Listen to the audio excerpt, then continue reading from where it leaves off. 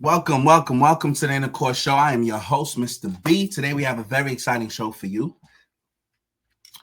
Take these off, get started. Today we are going to discuss a number of different topics. First topic on the political side is Trump. Apparently, Donald Trump revoked the security clearances of about 240,000 Ukrainians who fled to the U.S. He revoked the legal status for them. I know he's been catching some slack because I think he did the same thing with some Haitian migrants that moved. I think they filed for political asylum, and so Donald Trump went ahead and revoked theirs. But he's consistent. He seemed to have done that. Now we are going to talk about that because I believe this has something to do with the failed visit that he had last week with the Ukrainian president Vladimir Zelenskyy. So let's go ahead and share that story. We'll start off with that today. Obviously, we have some other topics to cover, but first and foremost, got to take care of the house business, house rules. If you're not already connected to the channel, I would ask that you go ahead, click on the like and subscribe button so you can get updated videos and also so you can weigh in on the conversations. Without any further ado, let's get right into it. New developments in the U.S. as they talk with Ukraine, and the Trump administration suspends aid and intel sharing. That came out yesterday, and is now reportedly planning to revoke the legal status of nearly 250,000 Ukrainians who have fled here since the war began. Special envoy to Russia and Ukraine, General Keith Kellogg, joins us now. General, I know there was an emergency meeting of European allies without us yesterday in response to our pause in weapons and our hold off on sharing intelligence. What do you think comes from that, and what's the U.S. stance about that? Yeah, Brian, thanks for having me this morning. It's good to be with you. Look, this goes back to what President Trump has said all along. To start with, and he's absolutely right, this war would not have started if he was president of the United States. But he's been looking at this for a long time. This isn't something he just came into on the 20th of January when he was inaugurated. He's been thinking about it, working about it. I mean, I remember him being on the campaign trail a year ago when we actually talked about it when we went into Iowa. And look, he's basically said, look, this war is an endless war right now. It's in almost a stalemate condition, and this war has got to stop. What you're looking at, the levels of destruction is horrific. It's World War II level of destruction. And the president sees that. And he said consistently that he wants the war to stop. He needs to end the killing. He's been very, very good at that. And when he looks at the Europeans, he's trying to bring them along the same way, saying, look, you've got to come to some type of negotiated solution to this.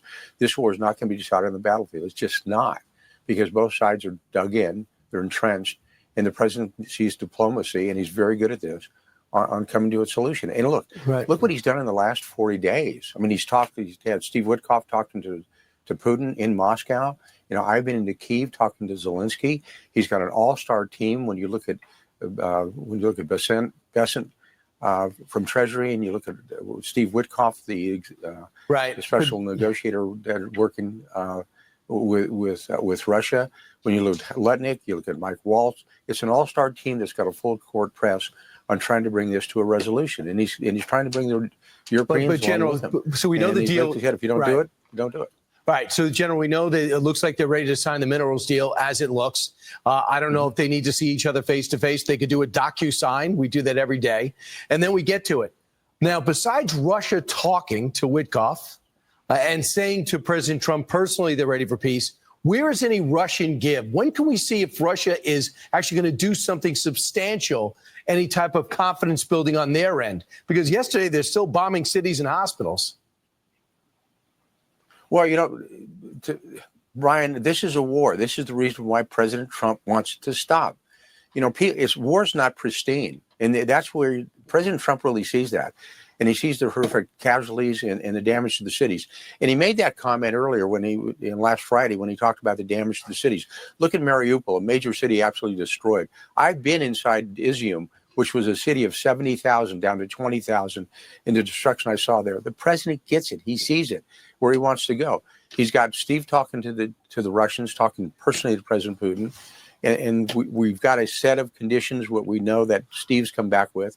We've gone to the Ukrainians and talked to them, and we're going to continue to talk to the Ukrainians to get confidence-building measures that we can bring to the president. And we can say, okay, this is the way it stands on both sides. This is where you want to go. It's not an easy process. It's a really difficult process. The president has said that. You know, he made the comment that the Mideast is kind of easy compared to this. So he's actually working it hard. Right. So he's got a great team in place and synchronized going forward. Now, being that we know where we're at, when do we think we're going to have more Russian talks? When do you think we're going to have the more? Ukraine has already pretty much said, we'll sign the deal. We're ready to talk. So what's the next move with Russia? Well, that's one of those where I think it's internal to the White House. The discussions going forward. You know, Steve's got that. Mike Walsh has got that. Marco Rubio's got that, and Marco's the chief diplomat of the United States of America. It's really on his plate to move that forward. So I don't want to get ahead of the president. I would never do that. This is his decision to make. He's the president, and we'll go from there. But I'll tell you, no American knows more about what this war's been like on the ground than you. You've been doing this as a private citizen. That's why you're the perfect pick. I got to ask you to tap into your years of the military experience for this one, though. The Gaza war and IDF and phase one of the peace deal. Yesterday, the president put out a Truth Social post after meeting with some of the surviving hostages. He said, Shalom Hamas means hello and goodbye. You can choose. Release all of the hostages now, not later, and immediately return all of the dead bodies of the people you murdered, or it's over for you. Release the hostages now, or there will be hell to pay. It's a little bit longer, but you get the theme. He says, I'm going to give the IDF everything they need to finish you off. What does it get in the mind of a terrorist? How are they going to internalize this? Well, they're not reading the room very well. Look, Eden Alexander is the last American alive that's a hostage, and they've got 4 dead Americans they want to bring back to the United States. Look, this is something you guys just don't read President Trump very well. I go back to 2020, the last State of the Union, when in the closing comments he made, if you harm an American, your life is forfeit. And this months after that, we went and picked up a guy named Philip Watson in Africa. We sent SEAL Team 6 in there just to get one single American. That's the way the president thinks. It's almost like you're not reading the room, you're not reading the individual as president of the United States. He's been very, very clear. And they just don't seem to get it. And he's absolutely right.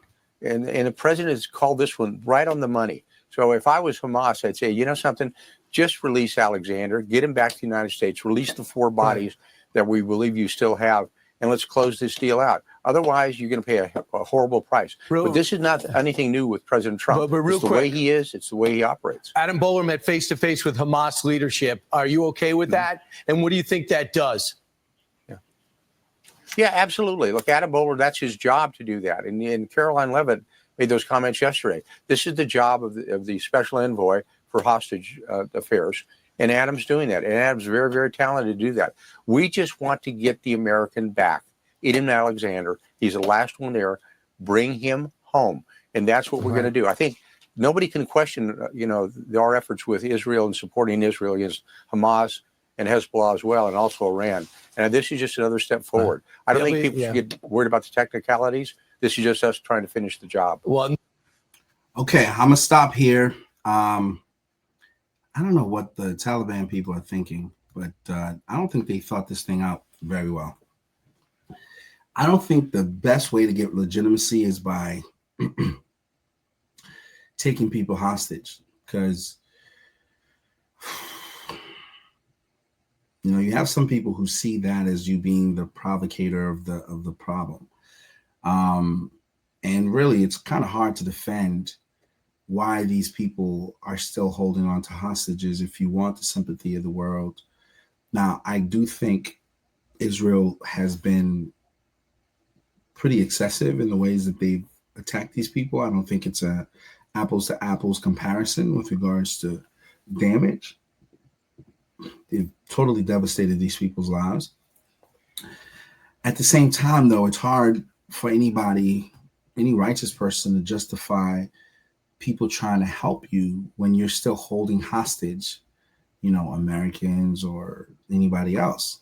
To me, I feel like for those people, if they care about, the livelihood of their people, give up the hostages, man. Like, it's not worth holding on to.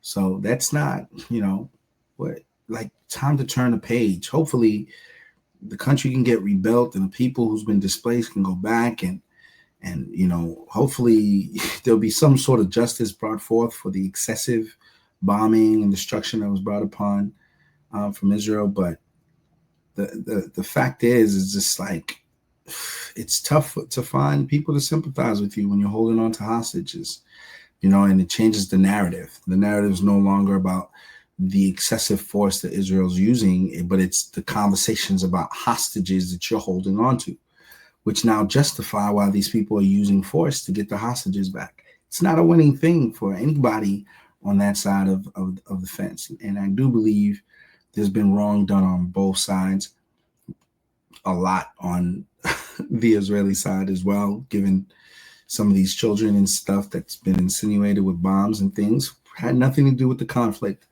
It's really hard on the heart to see that. But I think that, these people on the Palestinian side, they're not, whoever that government is, the Hamas government, holding on to hostages is not a way to kind of get the world on your side on this particular matter. Now, going back to the Ukrainian thing, 240,000 Ukrainians fled to the U.S. Apparently, Trump has revoked their legal status. I think this has everything to do with the conversation that took place between him and Zelenskyy this past Friday, where he felt disrespected by Zelenskyy. That has led to Trump stopping all military aid. Now he's stopping intelligence sharing. And now Russia sees this as an opportunity to just continue to pound the Ukrainians and take more land. And all because this man was not wise enough to read the room, to see that Trump's political operatives was using him as a figurehead to go in and to stand up to Trump and to make him look low. And now Trump's trying to overthrow you. You're trying to figure out ways to get new leaders in place. You're losing support from the Republican side. And now people who are fleeing the war zone are now losing their legal statuses here. So not a wise move to offend the person you're trying to get help from. So, it's a tough thing to see, but unfortunately it is what it is. Welcome back. We're moving on to another topic. We are now discussing relationships. Obviously on this show, we cover a wide gamut of topics. We've gone ahead and covered some political talking points with the Ukrainian war and things of that nature. But now we're jumping into relationships. As a lot of people may know, Kevin Samuels, the late, great godfather of dating, if you will, he helps a lot of men and women with regards to providing them dating advice. He apparently had some advice for a woman who thought that she was maybe ranked a little higher. He has the scorecard of, how are your dating metrics? Are you a desirable prospect because you're young, beautiful, and all these different things?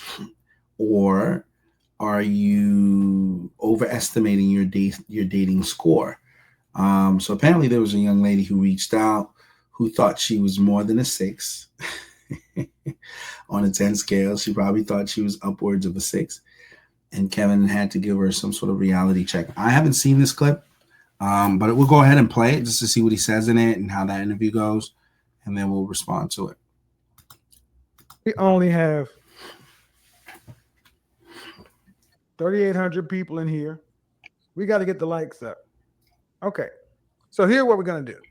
Okay, we have a few other sisters in here. Yoli, your audio's connecting. Lucia's coming in. Janessa. Go ahead. Janessa, how are you? Hi, Kevin. I'm doing well. How are you? I am well. What can I do for you? I am an avid listener. I mostly am a chat participant, but I thought I would call in to see if my rate is accurate. Okay. What I will ask you to do is, are you on a mobile phone? I am. Do me a favor. Hold your phone up a little bit more because you're kind of spilling forward. There we go. Yeah, I don't want you. Okay. You know, you're. Now I had Nope. just took off my makeup and That's fine, but I just want to moisturized, make so- sure we don't have all that coming forward. Okay. She was trying to give Kevin a peep show. And that's another thing too. When a lot of these ladies go into these dating shows online, a lot of them don't prep for it. It seems like some of them will be in their bed, in their bonnet, just kind of sitting, and they're not really like thinking that this is going to be out on the World Wide Web. And unfortunately, some women aren't covering, are more endowed than others, and they don't take the measures to cover themselves up in a manner that, shows that they respect themselves. So it seems like Kevin had to tell her to cover up a little bit. Oh, and dress size. I'm a size 8. Size 8. How much did you weigh the last time you weighed yourself? 162. I do want to lose about 10 pounds, but I'm 5'8", 162. Okay.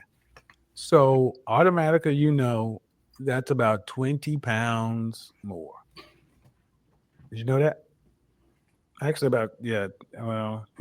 Well, I was saying more like 15, but okay. I agree. I'm just, okay. Ladies, understand something. The top end of a woman's weight is 145 pounds. Okay. My mother's 5'9", and she was 145 pounds until she was 50. That's the top end of your weight, because there should be about a 40-pound difference between you and men. So unfortunately, women think because they have a few 1, 2, 3, or 4 more inches than the average woman, they think they can weigh more. And you, at your current weight, 160 what? 162. Okay, the average man in this country is 5'9.5", 5'10", right? And his weight is 168 pounds. You see? Did you know that? Listen to you, I did, yes. Okay. So what I need you to understand is the closer you can get down to 135, the better. So Kevin, I stepped on a scale. 135 is my mass weight, just my muscle alone. That's not including any fat at all. Okay. Again, this is where I'm just saying because I have the scale that has all that. breathe, but you're still a dress size 8. And what are you when you were a dress size 4? When I was dress size 4, I would say about 145. Okay. Yeah. When was the last time you were dress size 4? I weigh myself every day. So when was the last time you were a dress size 4? Okay. Honestly, it would be about 7 years. 7 years. All right. So this is where it becomes a choice. Dress size 4 gives the average woman the best chance.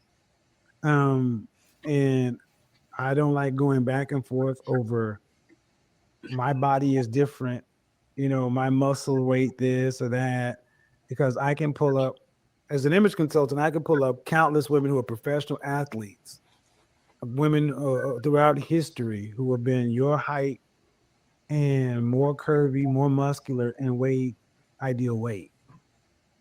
So you can't really sustain that argument. And here's the other part of it. Being 33 years old, the closer you can get to an ideal weight standard gives you more time on the clock. Does that make sense? No, definitely. I would agree with that. All right. So let's keep on moving because I don't want to get stuck in that. I want to weigh in on this a little bit. This is a very, very sensitive topic, and Kevin seems to really take issue with women's weight. Some women are taller, other women are I would say built different. To me, I don't really fret that much over a woman's weight, given how she carries it. There are plenty of healthy women who have muscle in the right places, have fat in the right places, and it just looks good for them. Right now, I think he looks at it from the standpoint of sustainability and attraction level. But I think the metrics that Kevin uses in this particular case are metrics that are suitable for Black women most of the time. There are Black women who look amazing, being upwards of 160 because it falls all in the right places. And it's a very attractive thing. So I don't know too many men who's like, not into a thick, beautiful woman. Men have a wide variety of tastes when it comes to a woman. Now, on a greater point, I think there is some positive to extract from what he's saying in that people should be mindful of their health. And sometimes we do become complacent and we allow our weight to slip. That not just on the female side, but also on the men's side. And I think he's trying to get people to be a bit more mindful of their weight and not allow it to slip to a point where your weight ages you or makes you less desirable to your partner or potential partner. And it really calls the person to be a bit more disciplined and a bit more intentional about how they maintain and track their weight, their body. That to me is a mindset thing. And there are some men who want a person to be that particular because men are visual creatures. And we do want to feel like our woman is the hottest person alive and that, she still works at keeping herself healthy and attractive and beautiful. Some women, it doesn't take much effort. It just falls in the right place and you're like, whoa, that looks really good. But I think to Kevin's point is as you age and you get older, and given the fact that the type of men that these women want tend to be higher value men by Kevin's metrics. These are, men who have a wide array of options when it comes to women. So they have younger women who, may not have as many kids or less baggage, but they're at their optimum weight. They look good. So if you're an older woman trying to compete for the attention of the man of that caliber, then you have to be beating out your competition. And the way to do that is to ensure that your health is good and that you're healthy and that your body is, unrecognizable from that of a 25 or 28 or 29-year-old woman. You know what I mean? And so that's one way to kind of still stay in the fold in terms of being a person desired by these type of men.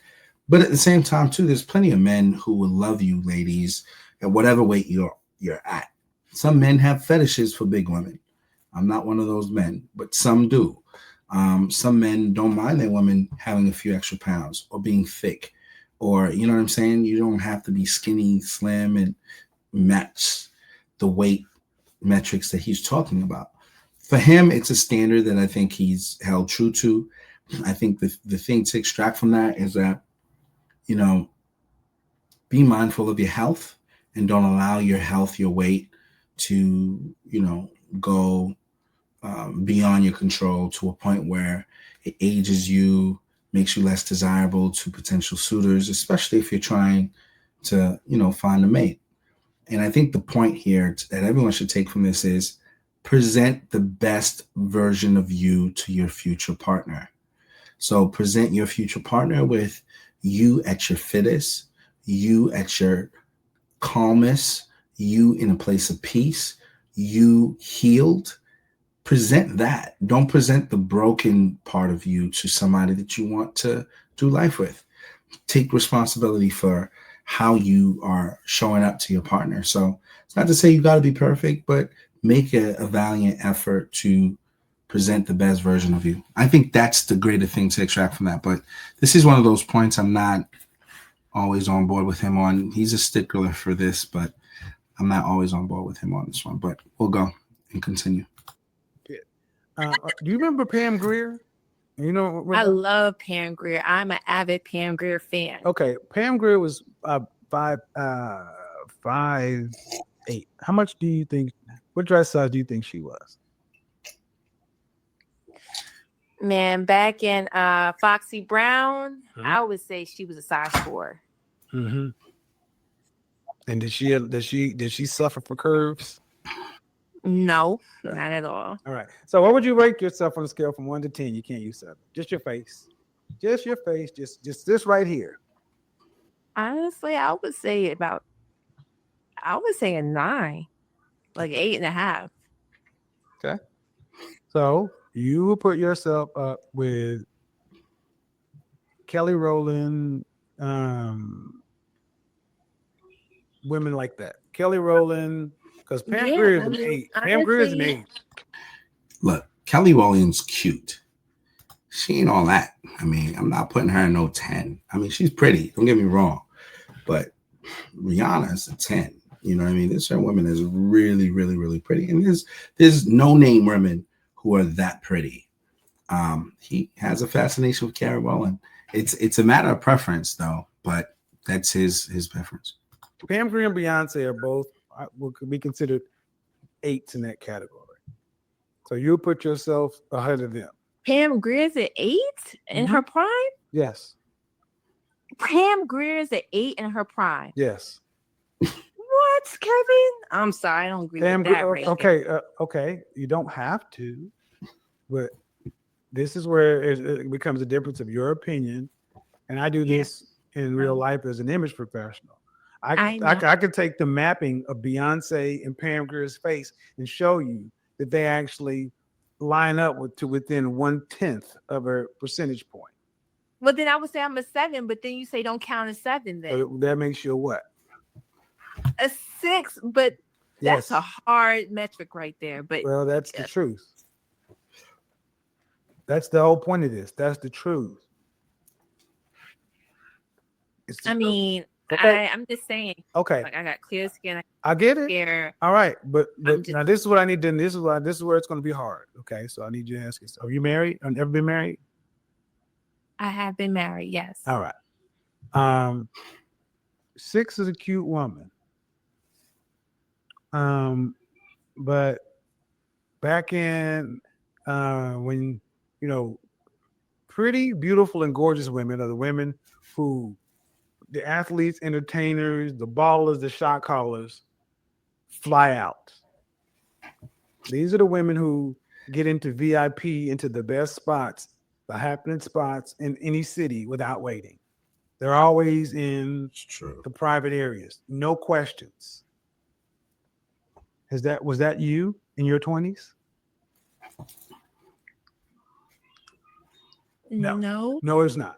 So, listen. That's harsh. Kevin is a little harsh.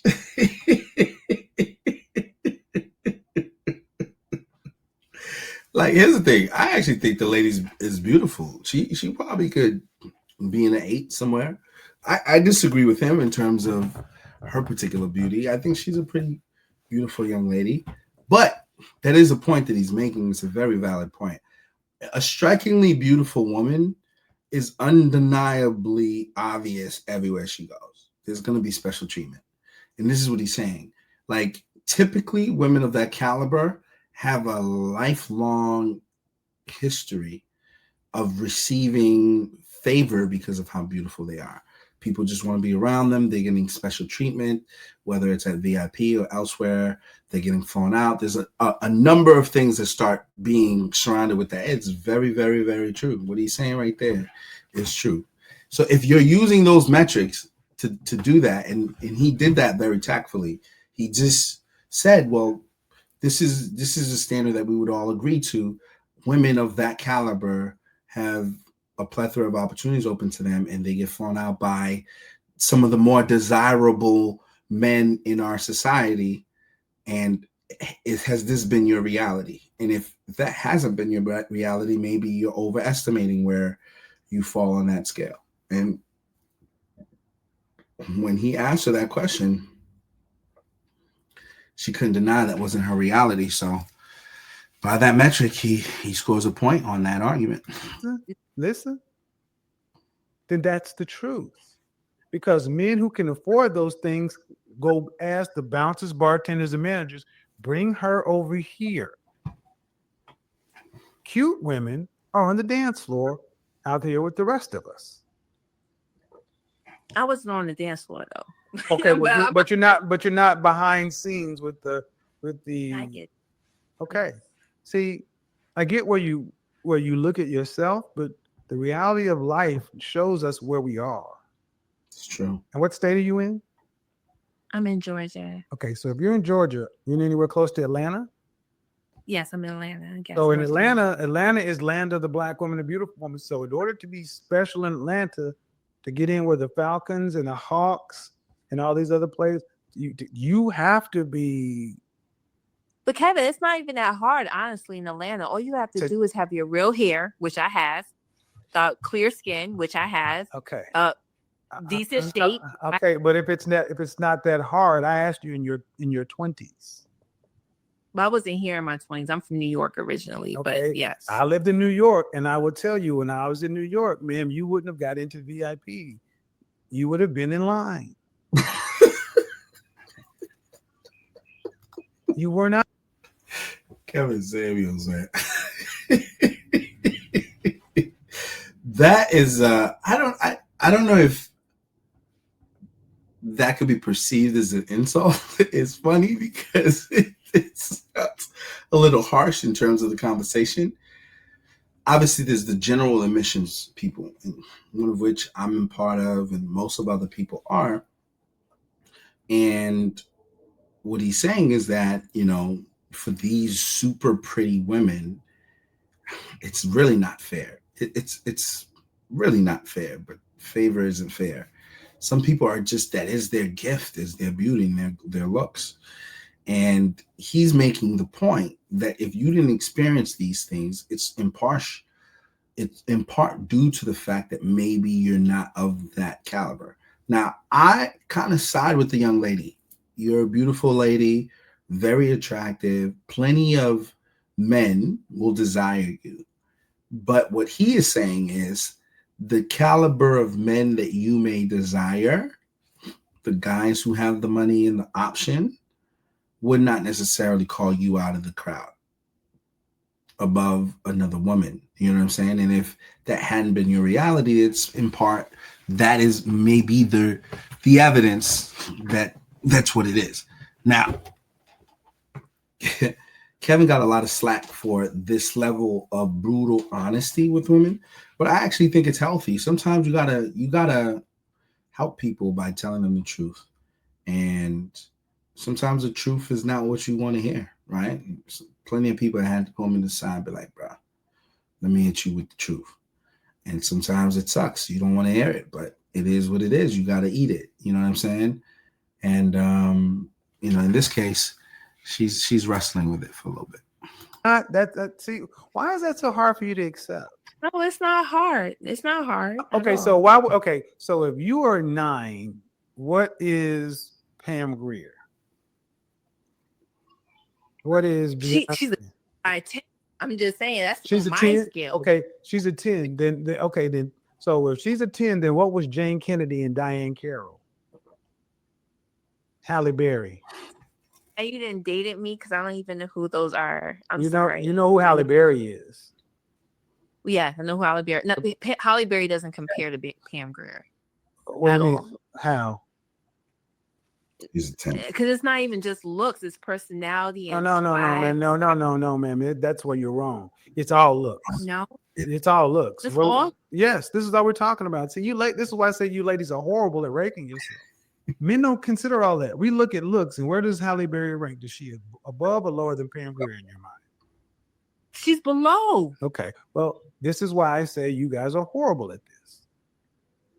You like Pam Grier because of her swag and Foxy Brown, all this other shit, but that doesn't matter, ma'am. Universally, Halle Berry was rated one of the most beautiful women in the world. It's a fact. During her prime in the world. That means on any continent, any race, any culture. That's why it was there.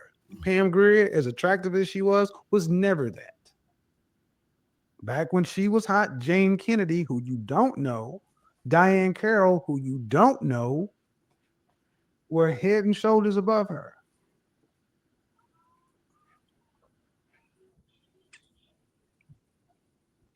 All right. That's a So, Well, thank you so much for speaking with me, Kevin. I appreciate you're welcome. it. Have a good one. Okay. All right. Bye. Ladies, understand there's nothing personal in this. That's why I try not to look at what's going on. And I'm trying to keep a certain blend of showing photos and talking to women because I don't want to become contentious. But oftentimes we have what we think is attractive to us, but you ladies got to ask. When I ask the VIP question, VIP level women are VIP level women everywhere you go. Okay. So that was Kevin Samuels clip. Again, a very controversial figure, mainly because he was honest. I don't think he was rude to the young lady. I think he was just trying to be honest with her and say, this is what the perception is. It is true that sometimes the way that women would judge beauty is not necessarily how a man sees it, right? Men see beauty differently. And no two men are the same, right? There are a wide range of men who have different tastes and different appetite for beauty. So I think it's just a matter of finding your taste and finding what you like. But to all of us, we're all children of God, and never let anyone make you feel less than. So if you believe you're beautiful, you're beautiful, and there's somebody that you're beautiful to. So that's my sort of take on that. But Kevin Samuels has a different point of view. All right, moving on. Welcome back for our next story. We are moving on to a clip with T.K. Kirkland. Now, T.K. Kirkland is a comedian. This guy has had quite the career, to be honest. Very insightful guy. And apparently he did a podcast where he raised the point about why men shouldn't raise another man's child. And I think that's a point of contention for a lot of single mothers out there who are seeking good men. This is probably something that's, hard to hear from anybody, right? Because it almost kind of limits their options. But I don't know. I haven't seen this clip. I'm going to go ahead and play it and then respond to it accordingly. Psychological torture to raise another man's kid. Torture. It's torture. Why? Because you're pretending to be something that you're not. You're raising a child that doesn't belong to you. That's rough. I don't care what nobody say. Now it gets done, and thank God we do have men who will do that. But psychologically, is detrimental to your health. What about when you have, if you're with a woman and she does have a child, but the father is active and is there? Sure, you can handle it. It's still uncomfortable. Okay. You're pulling up in the car, they come to the door, and she's really nice to him. No, he don't pay child support. He don't do nothing. No, he pays child support. No, I'm just saying, if he does that, I'm creating my scenario. Oh, okay. And he's in the living room watching TV. She hear, okay, bye. Return the kids. Coming back. Okay, bye. It still hurt, but you have to be so mature. My thing is, why put yourself through that? I agree. That's where I'm at. Why do that to yourself? Why make yourself uncomfortable? Did you know that when you were 30? I'm not sure. That was a long time ago. Yeah. So it's more of a new revelation. No, I don't know. I've always thought like this since I was a youngster. Okay. Yeah. So my way of thinking has always been on another level, but I don't think I've ever had that situation though. So that's pretty cool. So and if that's the game to the women, so should the men also be mindful of not having children? Yeah, that's what I'm saying. They should. But even though I've probably hurt a lot of women's feelings on the baby thing, so let me give you the game on how to win. The solution. See, the solution is when you have babies from another man One, you still go out and have sex, still have a good time. Take care of your body. Make sure you look good because men are visual. So if you out here fat, you're not taking care of your body, the chances of you getting a nigga is gonna be slim. Then I have this thing called in my head called what is it? Reborn. Okay. Reborn is after you get all your kids out of the house, and then you can start dating again because the new guy that you're dating doesn't feel responsible that he got to carry other children mentally, spiritually, and financially.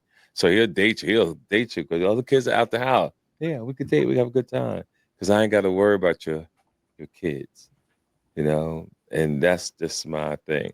But women have to take care of themselves physically and mentally, and try not to have a man's baby until you're in your late 30s, early 40s. This is just my opinion. I've seen women, and I try to date women who got kids. Man's rough. Because when you know what you know, you're like, oh, I like her. But damn, I don't feel like putting up with nobody's kids. It's exhausting. I gotta go to Toys R Us to prove that I like your fucking Toys R Us ain't kid. even around no more. I'm just saying, you know, I gotta do all these extra things, put your kid in the car seat. I go to Disneyland and shit and all that if I like you. What if you have a blended family? Does that work? What do you mean by blended? Like either y'all both come with a child or It's two? still difficult. Yep. Oh, all of it's difficult. I think when people do that too, they love each other, you know, but majority of the time financially not prepared. And all you gotta do is just one time do one wrong thing, right? You got 2 or 3 kids and then you bring one kid a gift. Then she gets on the phone with her mother. And she's like, oh, he just bought TT one gift. You know, we got all these other kids in here. You know, I ain't nobody got time for that shit. I ain't got time for it. That's fair. I mean, you know, I don't know how much you're ever in comments, but like in the comments, people or men are often saying to women that, you know, don't be in the streets having a whole bunch of kids, you know. Do not be having them babies.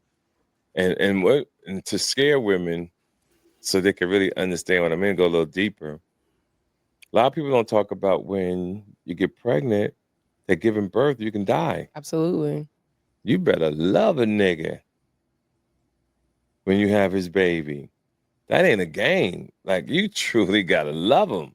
Like, to be up there and you could die. And I've only seen it happen once in my life. A lady in Orlando, she was a radio personality. She got pregnant and had the baby and passed away. Never got a chance to see a kid. So, you know, people need to know. I actually know someone that happened to. She passed away. One of my close friends, one of her good friends. Right. Yeah, that's rough. You know, what's her name? Judge. That is a fair point. I mean, it goes to say that you do have to be intentional. If you're a young lady and you're dating, you're having sex, and you're sexually active, you're not meant to be everybody's baby mother. And he is bringing a point, like it is a true essence of love if you're willing to take somebody's legacy and give birth to their future, essentially. So let's not just do that lightly. Make sure that you're finding someone that you love, that you believe is a good person that loves you back, and that, you know, you're mindful about the life that you're giving birth to. That just goes back to the whole point earlier about being intentional. We got to do things more intentionally. Now, that's not to say that, you know, we don't all slip up. No one's perfect. I'm just saying a lot of this stuff here is meant for people who want to be better, right? So take the meat, spit out the bones. Not everything you hear is going to be good. It's going to cater to how you feel about things, but this is somebody's point of view. I may not necessarily agree with it, but it's his point of view, and there are some things that can be useful. So definitely, to all my listeners, I encourage you to take the meat, spit out the bones. She's a black judge. She has short hair. Not Maybelline, it's another one, but her daughter died in childbirth, and so like they have like a whole campaign with the husband and, you know, his in-laws on, you know. TK, so have you heard about this guy maybe like a month ago or 3 or 4 weeks ago, I guess? He was on Instagram or whatever, some social media site, saying that he has 7 kids and he did not want to take care of them. And he told all the women with whom he had these children that, I told you I wasn't gonna have these kids, but I didn't want any kids, yet he still skeeted in them and then had children. Right. What do you think about women and how they move as far as listening to what a man says versus watching what he does? Every day. He might send you some flowers. He might take you out to eat, but you didn't watch his character. So now you got a baby. Now he's behind the 8 ball, and now he's showing you who he really is, right? And I hate men who are coming to woman knowing that she could get pregnant, and then say what happened when she tells you, "Oh, I'm pregnant." He's like, "How the fuck did that happen?" Well, duh. So I do this stuff on my podcast, and it drives me crazy, but the choices that these young men make. So, and I guess and we've talked about this before. I think Rico brought this up. So when women are dealing with men, should they be listening to what the man is saying? Like, hey, no. They listen too much because how you ladies get caught up. So women listen to words, and if a guy's real elegant with his conversation, you done. Next thing you know, your knees is behind your chin. You're screaming to the top of your lungs and shit. And if the dick is good, you like, I love you. And the next thing, bam.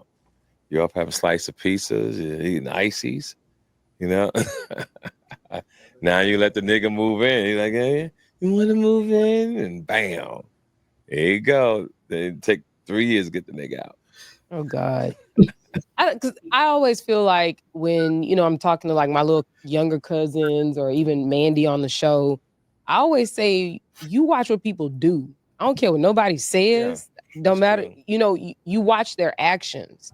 But my other co-host says, no, you listen to what they say. Yeah, I think it's both. It's a fine line. You have to do both. You have to listen to what they say. And I always say demonstration is better than conversation. Yeah, that's how I move. Mm-hmm. I like that. Let me write that down. Don't be stealing my stuff. I'm a 100% use it. Yeah, that's what I was saying earlier. I was saying that people should travel. The same way we teach our kids to go to school or play sports is the same way we got to teach them how to be a man and how to date as a youngster. Hey, son, put your money away. You're going to have a girlfriend one day. Teach him how to stack his money. Teach him how to open the door. Teach him about everything that is able to survive. One of the worst things in the world is to hear parents say, oh, I'm about to have a grandbaby, like I said earlier, knowing that their kid is not prepared to raise a child. It's the deepest thing, but most men and women say it. Oh, we're having a baby, knowing your kid don't have no money to raise a damn baby. And they push that agenda. I ain't got time for it. So it's good to have this type of show. Hopefully, if we get one person out of the hundreds of thousands that's going to be watching this, we got them. We got somebody to listen. I think that people love being the exception or even bringing up the exception. Whenever we talk, we're always talking generalities. Mm-hmm. Somebody gonna always say, well, I got a friend. No one cares about your fucking friend. We're talking about like 70% of the population. We're talking about most people. I don't know why people always want to conflate exceptions with, with rules. And there's always going to be an exception. There's always going to be somebody who's above average. There's always going to be somebody who isn't doing the exact same thing that the rest of us average folks are doing. And I'm saying average because the majority of people are average, and I think that the problem is that people don't want to be average. People don't want to deal with failure. People don't want to be like, you know what? I tried to be a such and such. It didn't work. And so, you know what? Let me change course. Let me figure out something else I'm good at. There's nothing wrong with changing. But a lot of us just want to stick to the bullshit and just keep bumping our heads. Yeah, you gotta know how to switch up. I mean, especially if it depends on your livelihood. You can't be 47 making beats and ain't nobody buying them. Right. That's true. Just, I mean, no offense to Lonnie's friend, but like, I mean, like, that's a shot. If the dude in the Bronx down the street from the Golden Crust ain't buying your beats, and he just a little local rapper. Like Kanye not buying them either, or Jay-Z or Lil Durk or whoever. None of these people are buying them. Like it's okay to do something different, But I also think that we have a hard time accepting defeat. It's hard to be rejected. It hurts your feelings, period, by a person. Well, yeah, women can't deal with it. I know most men and women can't deal with rejection. Years ago, you would think a man could, but now you ladies just say the wrong thing to a guy. If it's no, you can get stabbed. That's crazy that a man would be that upset to stab you or even try to come shoot you. Mm-hmm. And I do know some women don't like to be rejected. I used to go to strip clubs, not a lot. Probably been to maybe 5 strip clubs in my whole lifetime. And it's one of the greatest feelings in the world, not because of the dancing. It's because the women come up and ask, can you have a dance? And you can really give them attitude. Would you like a dance? No, thank you. Talking to your friend, another girl. No, thank you. I appreciate that. Then still talking to your friend. Another guy. Would you like that? Hey, I said I didn't want to know that. They keep fucking sweating me. It's like reverse psychology now, because now I don't need you. I'm just here for the chicken wings and the drink. Hilarious. I did that once, and that's how come I remember that. I was just giving them such a hard time on purpose. Yeah, because I'm the way I think, I don't believe I should make my money and then trick it off on you if I don't know you. I mean, you're buying something. No, I'm not doing that. No way. Mm-mm. I mean, they have. I'm just saying it's a service. I've been getting asked my whole life. I've been fucking since I was 11. So for a woman to have a fat ass, I've had a bad bitch breathing on me since I was about 12, 13 years old.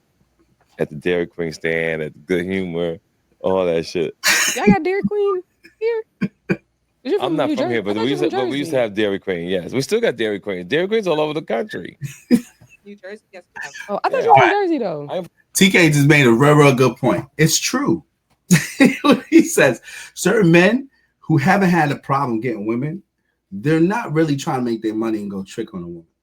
That's a fact, what he's saying right there. Those are for the guys who, are used to getting women. It's not like you're going to have men, they're going to be generous. You know what I'm saying? They're going to take care of a young lady or whatnot. But certain dudes who's used to getting women, they're not out here trying to impress you by being a trick. You know what I mean? You got to cash app them money and you got to do this and you got to take them to this type of thing. You got to do this. And then women will try to like use insults and say, oh, you don't got it or whatever as a means of playing with these dudes. And he's like, nah, I'm not. Miss you. Go about your business. I don't need all of that. And that's actually a lesson for a lot of young men. Sometimes you got to move like you're that dude. You know what I'm saying? And that is a confidence that you portray about yourself, because there are people that are users that will take advantage because they know you want something from them. So they're going to try to get as much from you before they even consider giving you what they think you want from them. And so for certain men, that ain't even a game you can play with me, because what you got comes standard on every model. So if not you, it's the next one, but I'm going to get what I want either way. You feel what I'm saying? If that's kind of the game you're playing. But for some women, they're used to testing the waters to see what types of men they can get away with that on. Some men, aren't used to getting women or attention from pretty women. And now when you come, you get a little more established and you come,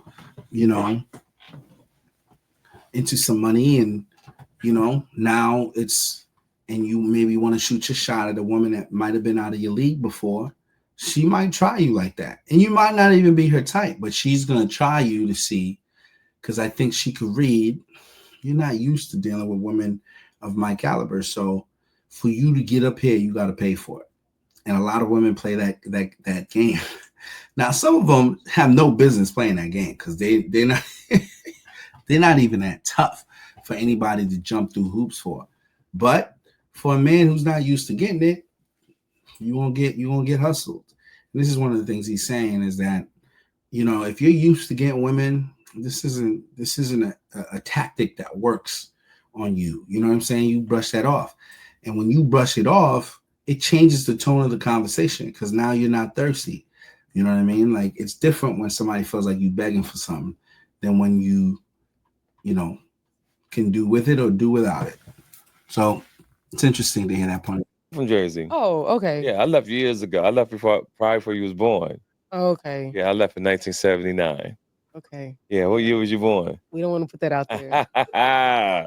Yeah, you wasn't born. That's for people to I don't know why you speculate. ladies don't like saying your age. And let me tell you why you should say your Always. age. You should only not say your age if you look fucked up. But if you look good, you took care of yourself, you should tell people your age to inspire other people because would you rather die today and you not get older?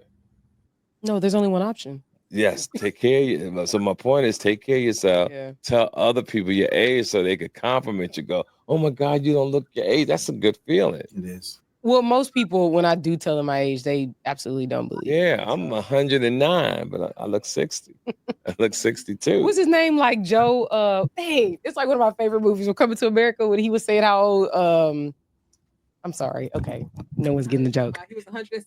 Yeah, Right, exactly. right, yeah, you know? Exactly. Yeah, I'm an old head, but you know, I take care. I believe in taking care of myself. Right. Like we're gonna do this for minutes. I'm going to bed. I'm for that. Yeah, I'm tired. I've been up since early this morning, all the way in New York City. I was trying to holler at Trump. You know, That boy was clank this morning. Trying to have a conversation with him. I really want to tell him don't be talking shit about the judge. Because he's been talking shit about the judge and the prosecutor. That's a dumb dude to even do They that. put a gag, not a gag order, but like I hope they did put a gag a order. stern warning was given to him, is what I read Okay. about that. It may end up being a gag order. Yeah, if that judge didn't give him a gag order, Trump still has power because that's the kind of man you're supposed to shut up. That, and you don't want your life in jeopardy as the Yeah, judge. I want to see him. I want the gag order to see Trump say "fuck it" so they can lock his ass up. That's what I want to see. I would love to see Trump go to jail for about 20, 30 days. I don't know. I guess we'll see. Because it didn't make him that much more famous. You know, he'll say, "They treated me bad. It's very." You know, that's exactly. I went to jail and I'm back. Right, Like, right. Yeah, he'll come back. That is true. You know, they can't hold me. I went in there and I told the COs, you know, when you get out, you work for me. You work for me. It's actually kind of funny. I read an article about Trump, not even about Trump, but like how all these other countries, they absolutely prosecute, you know, their former governors and presidents and all this stuff. Yes. But America is slow to the. Well, this is the first time in a while that we did this type of severe crime. But the thing about Nixon definitely could have went to jail. Yeah, he could have went to jail. Should have, rather. No, you throw other people on the bus. Trump was just embarrassing with what he was doing. From the story, I don't even know why he just didn't say he fucked Stormy Daniels. Like, you know, that's what I'm saying about being a man. You get ready to go to run for president, and they ask you about these women. So yeah, I fucked her. I cheated on my wife. Hey, I'm not perfect. I'm like half the American citizens out here. Most of y'all cheat on your wives. I cheated on my wife. I felt that I should pay her $130,000 because I liked her as a person. You know, matter of fact, that was a tab. That's what she charged me. You know, so now I'm gonna run and be president of the United States and make America great again. He got in this motherfucker, said fuck everybody, and boom, here he is. He's gonna reap what he sow, as they say. Speaking of cheating, what do you think of the what's his name? I think it's Ime Udoka. Oh yeah, that's embarrassing. I think we are now at the hour mark. I think we've done a decent show for the day. I want to thank you guys for hanging in there with me today. I am going to ask that you like and subscribe if you're not already connected, and also lend your voice to some of the topics that we discussed here tonight. All right, until we talk again, peace.